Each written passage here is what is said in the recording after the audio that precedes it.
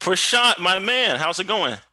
Leland, I'm doing good. How are you, my friend? I am very well, man. I'm happy that you're here, because if Yes, not, yeah. I would have been No, talking to Hank all night. That would have been awkward. Not. no, I won't let you. I won't let that happen. Hey, listen, I appreciate that. I'm that you will help to rescue an individual. Yeah, you're If not, my wife will have to come and rescue both of us. right. I You're don't. right. I don't think she would put the search party out for him. So Oh, Yeah. but you will. Yeah, mine will not for sure. Mine will say, okay, it's done. well, Prashant, first and foremost, thank you so much. As you know, for our listeners and for our clients, this is a great opportunity for them. Syndication is always something that people have tons of questions about. So this would be Sure. great. You are the expert. So we're just going to, kind of ask a few questions, open the floor Sure. for you. Tell No. us about your organization a little bit more, why investors should invest with you. Mhm. Um, and then if you want, we'll ask about some of your challenges, biggest accomplishments, biggest challenges, things like that. Yes, of course, of course. No, no, I appreciate the time, guys. Thanks for inviting me. I really appreciate it. Absolutely. First, I have a question to ask. Okay, Mhm. what is that beautiful background? What city is that? I think that must be Brooklyn or New York Okay. City. New York City, in that, I think that's what it is, basically. You Yeah. mean the newly gentrified city? Yeah. Yes, you're right. what what do they call the Bronx now? What is it called now? Something different. Yeah, Bronx, I'm not so sure. I mean, this is more like, yeah, you're right. It may be New York City, whatever, it's somewhere there. Okay, I got you. Yeah, I don't, Well, maybe not, who knows? regardless, it looks good. Yeah. Well, nice to meet you, Hanks. Yes, it's a pleasure as well. Seemingly, Leland knows individuals from every walk of life, literally around the world. So I've grabbed onto his coattail, Uh-huh. and the young gun is mentoring the old dog. So The, I find the old dog has a lot to share also, right? I mean, that's where wisdom comes from. but this is new territory for me, so to speak. Is it? Okay. But I mean, then, you have the life experiences. So for that, Oh, I've we got are some of always, those. young folks like us, are always grateful for that. Okay. Yes, absolutely. Well, first and foremost, Prashant, um, can you tell us about your company and all the great things in reference to it? Yeah. So basically, the name of my company is My Realty Gains Management LLC, right? That's the name of my company. And we do syndication. We started with single family homes purchasing for ourselves. Then we went into multifamily purchasing for ourselves. Then we went into multifamily syndication. So right now we are focusing on multifamily syndication as well as assisted living Oh, facility also. So multifamily syndication, we syndicated approximately 1,200 units last year, and this year, and we went into three uh, assisted living facilities also, obviously with some partners, right? So not everything we bought for ourselves. And then this year, for obvious reasons, we have not done much except that we have sold one property, and we are buying some assets, trying to close them this year, which includes three assisted living facilities and a multifamily, 89 unit, small one. In addition to that, we recently launched our, you know, capital raising platform. MyRealtyGains.com is actually a capital raising platform where we, educate passive investors. We send them 7-day email course. We give them membership. We give them some more content so that they get used to it, and then they call us. So to say, they come in our funnel and they connect with us. So that's my Realty Gains platform. My multifamily side, I have a website called multifamilyrealtygains.com. So I have two websites, but primary purpose is multifamily and assisted living as of right now. But going forward, we want to explore into asset classes, which are, all of these asset classes are recession resistant, multifamily, assisted living, mobile home parks, and storage. So these are the four asset classes which are recession resistant, and we are focusing on two of them. But the goal is, we'll focus on these two. We are not expanding into other areas. But if we find good opportunities, and if we find capital, we will try to collaborate with other operators in other spaces.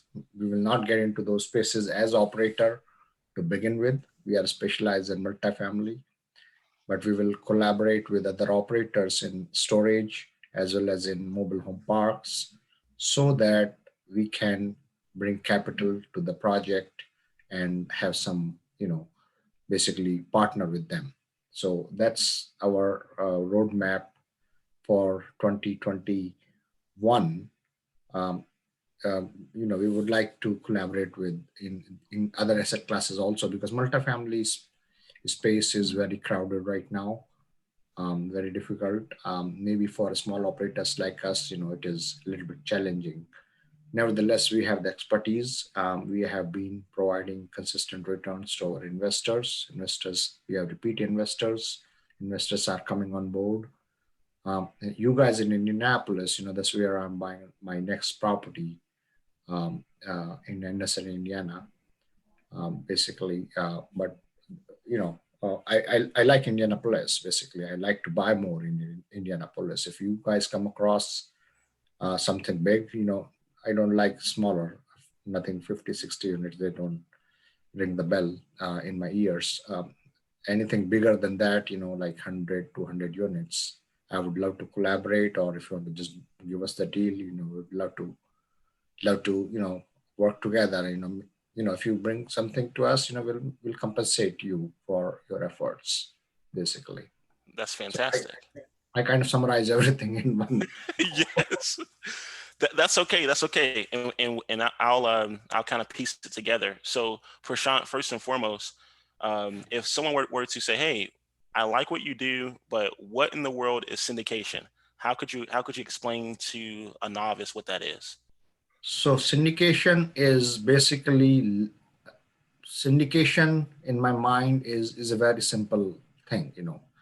Syndication is where group of investors come together, they pool in the money, right? And they let the project run by one group or one set of people who have the competency, who have the skill set to run that project efficiently. That's what the syndication means. All these doctors, lawyers, everybody who has money, they are not competent enough to gain returns on their money themselves. So they pull in the money. All these people, friends, family, anybody in the world, everybody has money, right? Everybody has some Yeah, sitting in. everyone. Yeah. So they pull in the money at one place, and basically, then they let one group handle that money and invest that money into a transaction where that money grows further. And of course, for his or that group gets some percentage because of their skill set, because of the time that they spend, and which is very viable solution. They get some return out of it, but they give higher return to their investors, because that kind of return investors cannot generate by themselves. For investors, that is passive return. For sponsors, it is active return. But nevertheless, investors are not skilled in that area, so they cannot generate that return themselves. So they pull in the money with a group, and the group invested further, and that groups gets paid, gets compensated for their efforts. And whatever comes back, major portion goes back to the investors, a little bit goes to the sponsor of the deal. Do you Awesome. only deal with qualified investors, or what's the lower level investor? Accredited, sophisticated, it all depends on the deal. Typically, we deal with accredited investors, those who know what they are doing. Okay. But there are many situations where we do have friends, family members, they want to invest with us. So they are also allowed to invest with us. But the size of the deals that we are doing nowadays, they need accredited investors, because the moment we go to 506B, which is where a non-accredited investor can invest, we limit ourselves. We cannot market the deal outside to other investors. So that kind of limits our ability to raise capital. So, I mean, there are different kind of deals, but many times we go with 506C, which is accredited investors only. But if we know somebody for a long time and they want to invest with us, sponsors have the right to, sort of accept capital from non-accredited investors also. But that's not very prevalent, but they have the right, they have the right, but, they just want to they would have to make sure that their bases are covered. They're a little bit, legal in the legal sense, their bases have to be covered. Absolutely. So, Prashant, what do you say to someone who is a physician? So, for one, we have clients that are physicians, and they normally get bonus checks, right? Depending on how they're performing. Yeah. What do you say to that client that says, you know what, I really want to, I've seen HGTV, my wife likes it, she wants to get involved, everyone's flipping houses. What should we do? Yeah, so physicians, I would say, I mean, I typically, the way I would pitch it, I would tell them, guys, you have spent so much time uh, learning the business, learning their own skill set, right? You are, and that's your insurance for your life, right? I mean, a doctor cannot be whatever he wants to become. So why don't you do what you want to do, what you have strived for your life, and let skilled people handle your investment, rather than you spending 5 hours a day and trying to learn new things. Why don't you let others, why don't you vet certain sponsors and see if they have been consistent in making money for investors, and try it out with certain sponsors, a little bit of money, 50,000, 100,000. Try it for a year or two, to see whether those sponsors are good enough for you, whether they meet your goals in the long run, and then invest with a sponsor. Sponsors are dying to get the money, right? I mean, the biggest challenge for these projects is the scarcity of capital. Capital is out there, but they need the capital to do more projects. So what I say is, why don't we try it out? And when I say that, I convince them that this is not money lost. You are not lending the money. You are owning the property. With your money, you are buying the property. Somebody else is doing the work for you. You cannot generate 10, 15% return yourself. Whatever you do, you will not be able to generate that kind of return. And when we show them the depreciation effect on their yearly tax return, their eyes are like wide open. That, man, whatever I have invested, I'm writing it off as a depreciation in first year. They just love that part. So that's how we convince. It's not like 5-line sales pitch. It takes time. It is the education, basically, what real estate can do for them. And once they start getting the check, in that 1 year, if they start getting the check, 7%, 8% pref, they are hooked. After that, they don't ask you the question. Right? Once Yeah. they get percent return on their money, they are hooked. Now, I don't have to brag, but there are people whom I say I have a deal, and their answer is, how much do you want? I don't So care what. They don't want to listen what the deal is. They know that if they are investing, they are going to get something out of it, right? absolutely. Yeah, because even so, going back to what you said earlier, Prashant mentioned on their tax forms. So when someone who's investing as an investor, right, passive, they're going to receive a K1, and that Yeah. K1 is saying that you're essentially a partner, you're not a lender, and so you Yes. get the depreciation of that asset as well as the appreciation with the cash flow that goes there too. And Yeah. God forbid if something does go wrong, obviously not with Prashant and his team, but let's say someone who's a novice, Yeah. with you having that K1, you're able to actually write that off as a loss. One of Yeah. the biggest issues that most professionals, lawyers, doctors, really high paid physicians have is that their tax liability for many cases are about 40%. That is So correct. Yeah. they spend a lot of money on different things throughout their life or throughout their year that they can't deduct. Okay. Yeah. Yeah, absolutely. I mean, I'll give you an example. If somebody in that tax bracket, they invest money in a syndication deal and we do the cost segregation on the deal, many times, even without paying any return, they get the K1, which is negative for that year. Their balance become less than zero. So if they were earning 200,000 a year, their K1 comes out as minus 100,000. So their tax liability, their tax bracket goes down to, and again, I'm not a tax consultant, is as an advice from me, but that's the fact. If we do the cost segregation, uh, more than 75% of it is written off in first year itself. Even your initial investment, forget about that you are going to make money on, forget about the money that you make on the money. So that itself reduces the tax bracket for anybody who's high paid, or whose W2 is pretty high. you know so uh, and again, I'm not the tax advisor, don't take that as a tax advice in any way, but that is a major attraction. It's not stock, it's not paper money. Even if the deal goes south, you have already made so much on it in indirect ways, in terms of the tax depreciation. Even if the deal goes south, you are going to sell, the syndicator will sell the deal, right? Yep. uh, it is an asset which is, nobody can steal from you.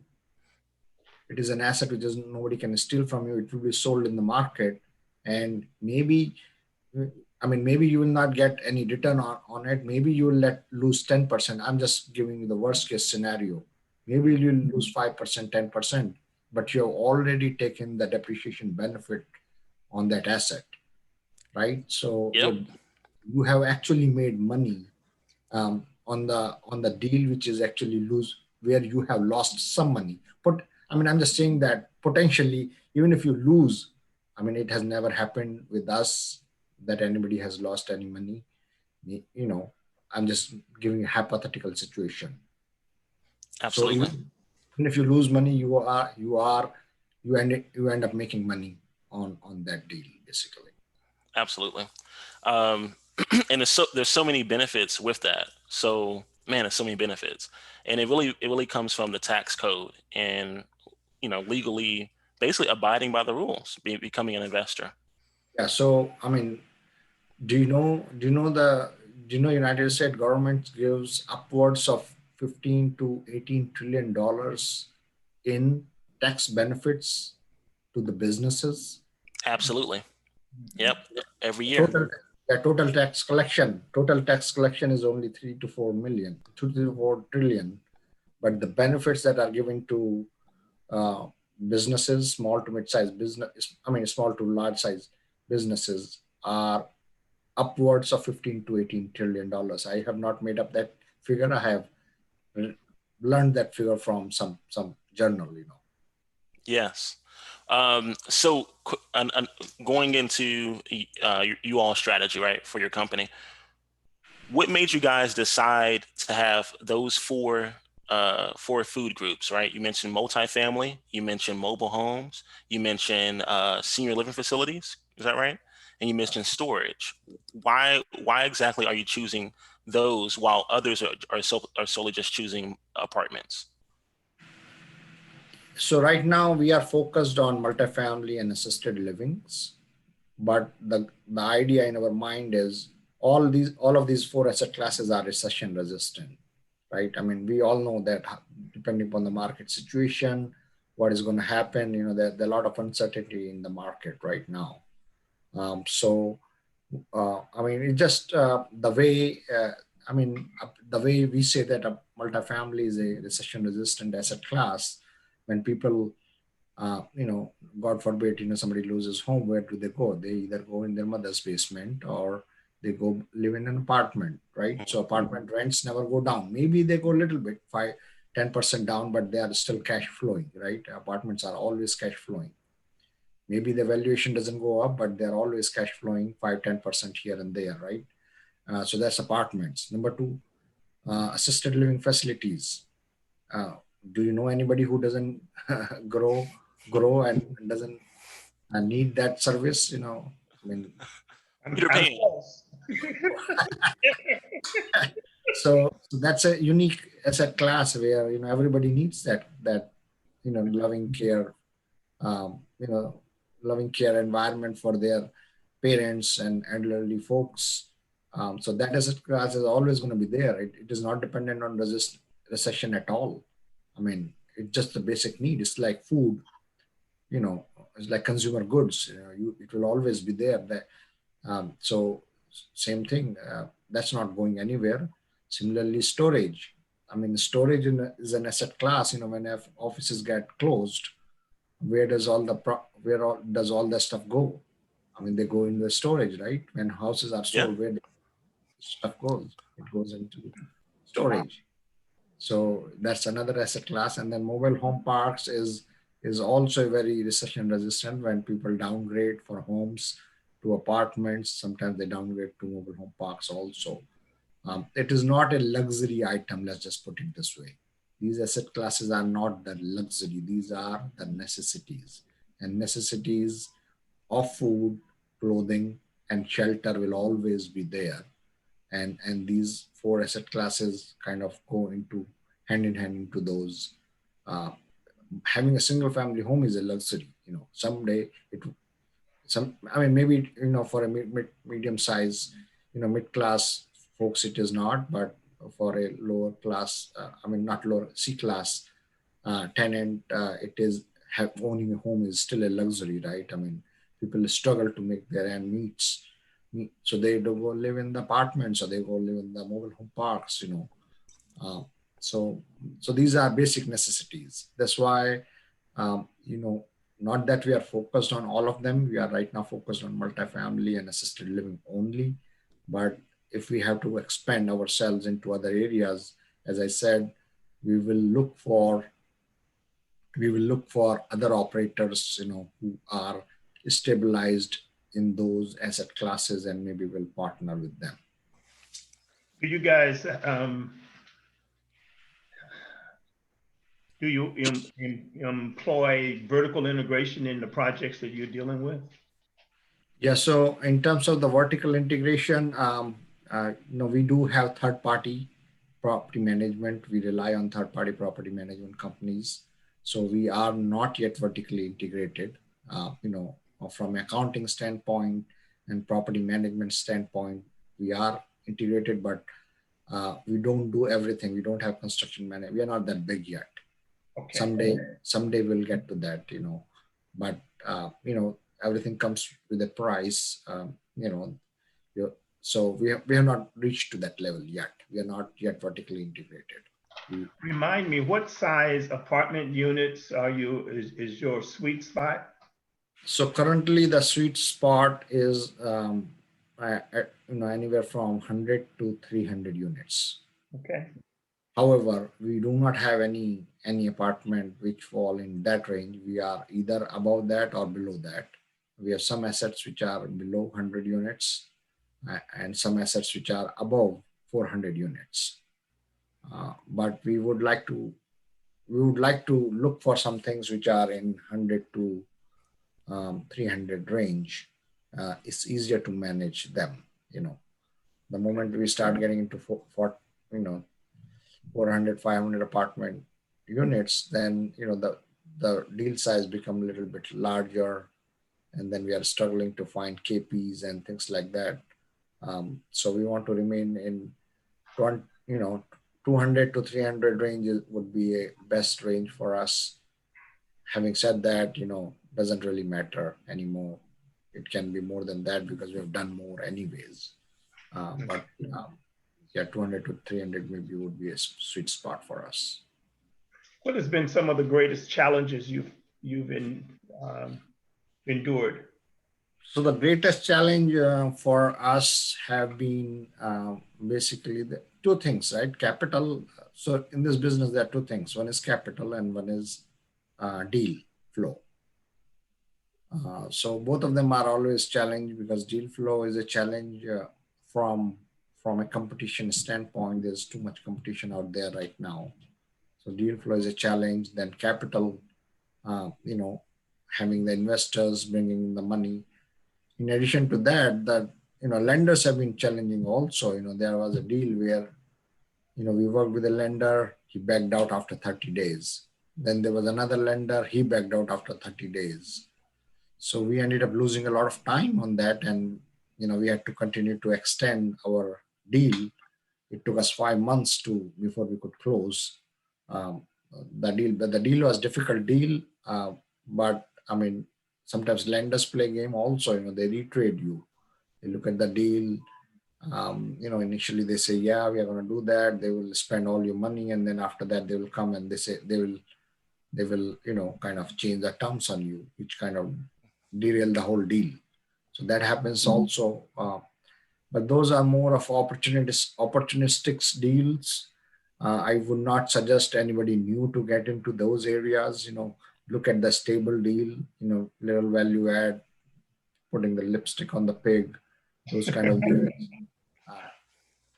If you do those kind of deals, then, again, competition would be high, but if you can get into one or two of those deals, then it would be, you could kind of go into the more opportunistic deals. There are different levels. One is very stabilized, some is with light value add, some with medium value add. So core plus, and opportunistic. These are three levels: core plus, and opportunistics. Opportunistics are like really heavy value add. I mean, you should really have guts to do something like that. I mean, you should be prepared to go and move to the location and live there and manage all the construction yourself, or at least oversee the construction on a regular basis, basically. So, but you end up making a lot of money on those deals. Because not everybody can do those deals. Not everybody can get money for those deals. So if you can do it, that's like gold. That's just the nature of business. So one other thing that you mentioned, which is important, and you're using the the regular terminology that we would use: opportunistic, value add, right? For someone who is trying to decide whether to invest their money or what they should do with their bonus check, right, from their employer, where can they go to gain more knowledge about you and about investing? Yeah, so we keep switching our tiers. One is sponsor. Okay, we are the sponsors. We talk about syndication. We talk about the value add. We talk about opportunistic deal. We talk in our business sense. But for passive investors, they don't need to know any of that stuff. For them, what they care about, they have got the bonus check and they want to invest somewhere. They cut the check, and that's their involvement in the deal. If they want to learn more, of course, they get the reports and things like that. So for passive investors, it is really passive. As long as they have the time to cut the check and money in the account, that's all they need to do. And for them to learn more about the business, to learn what are the different benefits and things like that, If you read my company's name, My Realty Gains, which is the logo behind me, go to myrealtygains.com, www.myrealtygains.com, and subscribe to 7-day email newsletter, 7-day email course, which is a free course for them, which I have created for them, for all the passive investors. In 7 days, you will know more about passive investing than in a structured way, basically. And then you will have the option to become the member of a passionate passive investment club, where you have more education material. You will have a login and password. You will have more education material, and this is all free. I mean, there's no obligation, no nothing. And then if you are ready, you have the option to schedule a call with me. I can walk you through how our sample deals look like, and what kind of returns we are, generating for investors. It is as simple as that. It is a very simple process for passive investors. They don't need to worry about anything. All they need is, just some acumen to understand what 8% return means in a year on their $100,000. That they may probably get $8,000. Out of, if they invest 100,000, they may get $8,000 per year at least. That if the deal is 8 pref. So that's all it is. I mean, it's very simple stuff for passive investors. Anybody can invest, for that matter, passively in any of the deals. Fantastic. Fantastic. Typically, how long does it take from the idea of a deal to consummation of a finished product? Roughly, how long does it take? Typical deal. Yeah. So all the deals are different. When I say stable deal, can start giving you the cash flow from day one. I may get into the contract today, and normal closing time, 60, 90 days, we close the deal. Everybody invests their money on 60th day or 75th day. And if it is a stable deal, the day we buy the deal, the first thing we do is we raise our rents by $50. That's like across the board. That's why we buy the deal, if it is, below market rent or whatever.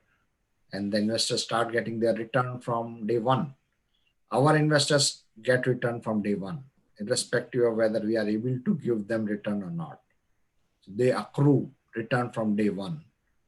If it is a value add deal, maybe 20-30% units are down, and there we need to do the construction for 12 months to 18 months. At that time, we will accrue their return for first year, or during the time we are not able to give them the return. The day these properties start cash flowing, we start giving them the return.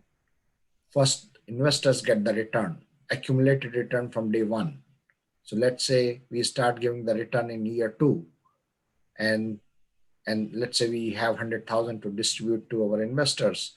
We first make sure that 100,000 goes to the investor, and the 2 years worth of return is given to them first. Even that 100,000 is not sufficient to give 16% return in 2 years, then third year return will also be going to them first. So first, investors are made whole, and then sponsors get some piece of the return, basically. So to answer your question, yes, you will start making money from day one, and the day you invest in any of our deals. We never say that you will start making money after 1 year. That's not the case. When do we pay? That is different from deal to deal basis.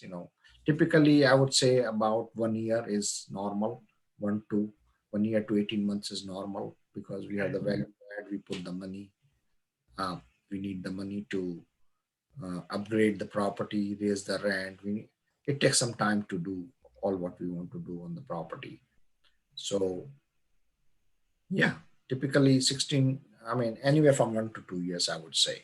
Okay. But there are deals which are, we are cash flowing from day one also.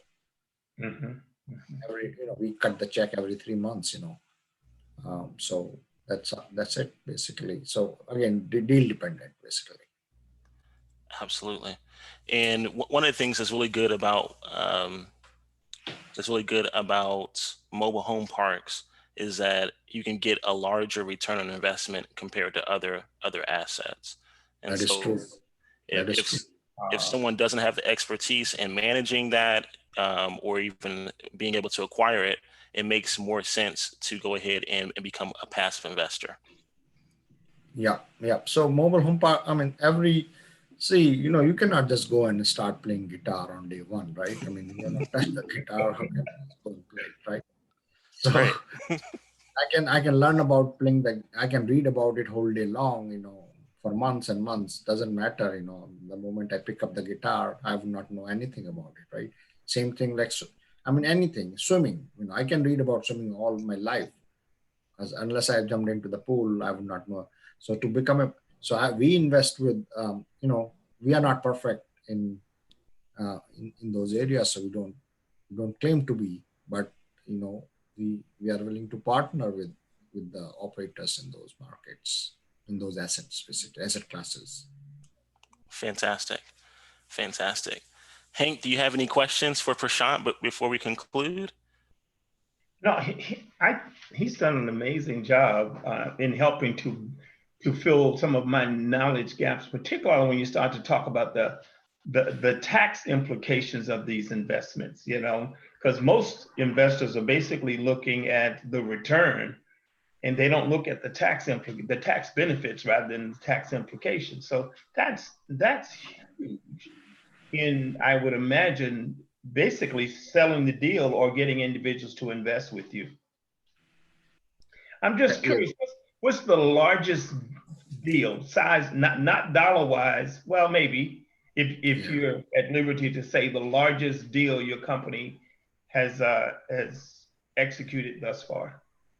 I would say 500 to 600 units, $35 million, in that range. Okay. Yeah, that's maybe the biggest one so far. I think that's awesome, Prashant, by the way. I think Yeah. that's great. Thank you, sir. Thank you, sir. Appreciate that. And And trust me, I'm not that big. It just when we start working on deals of this size, your mind starts opening up. I don't have $35 million in my pocket. But when you start working on the deals, when you start looking at the numbers, they start looking smaller to you every time you work on them. I So would I would imagine that as you achieve success or greater success, then opportunities will somehow present themselves because people know that you exist. 100%, 100%. Okay. They just come. Your mind. It is all about mindset. I'm here not to make money right now. I mean, you are here not to make money too. It's about giving. You are giving back the knowledge to somebody. Hopefully, somebody would listen to it. And when the deal comes, there are all folks there who know you, and they always come and talk to you. But in addition to that, when you start working on those bigger numbers, your mind starts opening up also. I mean, now I'm at a point I don't want to look at deals which is less than a million or 2 million. It's just so difficult for me to even think about spending time. Again, I'm not that big of a guy. Don't consider that I'm bragging. But your mind starts opening up. 3 years ago, I would not be able to think of $1 million house, whatever. I mean, it was a big thing for me. Now my friends buy $1 million house. I say, whatever, I don't care. 3 years ago, man, you have bought $1 million home. I mean, I used to feel smaller. And I mean, now I say, I'm buying a $2-3 million apartment complex. You say, huh? I say, yeah, it's a small deal for me. And again, I'm not saying that it's my thing, but it's just the mindset. Right. Your mind starts opening up. You can do much more. You can do bigger deals, and that's where the investors come into picture. As long as you have your ducks in the row, you can do bigger things in your life easily. No doubt about it. everyone who's listening, I want them to remember that you can reach out to Prashant at any time. You can also go to his website, which is myrealtygains.com. Right there at the homepage, he has access to an amazing 7-day course. You guys can you can literally just sign up right there and then, and just begin to become more comfortable, reference the mindset, and being open about investing, the benefits, and really taking action. So I want to make sure that everyone who's listening and watching understands that. Yeah, yeah. It is. It is. I mean, it's not rocket science. For investing passively, you spend, maybe a month doing the due diligence on the sponsors, whatever. But it's not rocket science. I mean, there are a lot of opportunities out there. Um, and if you understand the real benefit of it, you will not invest anywhere else in future again. When you really understand the benefits of appreciation, depreciation, what the property can make for you, the cash flow, and most importantly, you don't have to lift your finger. You don't have to call anybody. You know, I I, I have a property where I spend the least amount of time and it makes the most amount of money for me. Mm-hmm. Mm-hmm. I call only when it is absolutely necessary. It's all, I mean, even though I'm active, but I'm passive. That's all I want. I mean, I don't want to make more money. I want to make less money, but I don't want headache. And that's what we are offering to investors, right? We Yep. are offering best to investors, no headaches, just no headaches at all. You know, you cut the check, you get and legally you own the property. You are not lending the money. You are not giving me the money. You are not giving it. I'm not coming to you. I'm not begging. I'm not asking for your money. I'm asking you to become partner in the deal and own the deal with me. Absolutely. That's the best way we could end this, right on that note. You can own it. No, you Yep. do own it. You do You own it. own, yes, you do own the property. Yes, you do own the project. You are the partner in that project. Absolutely. Well, All right. Leland, great, great. It was nice talking to you.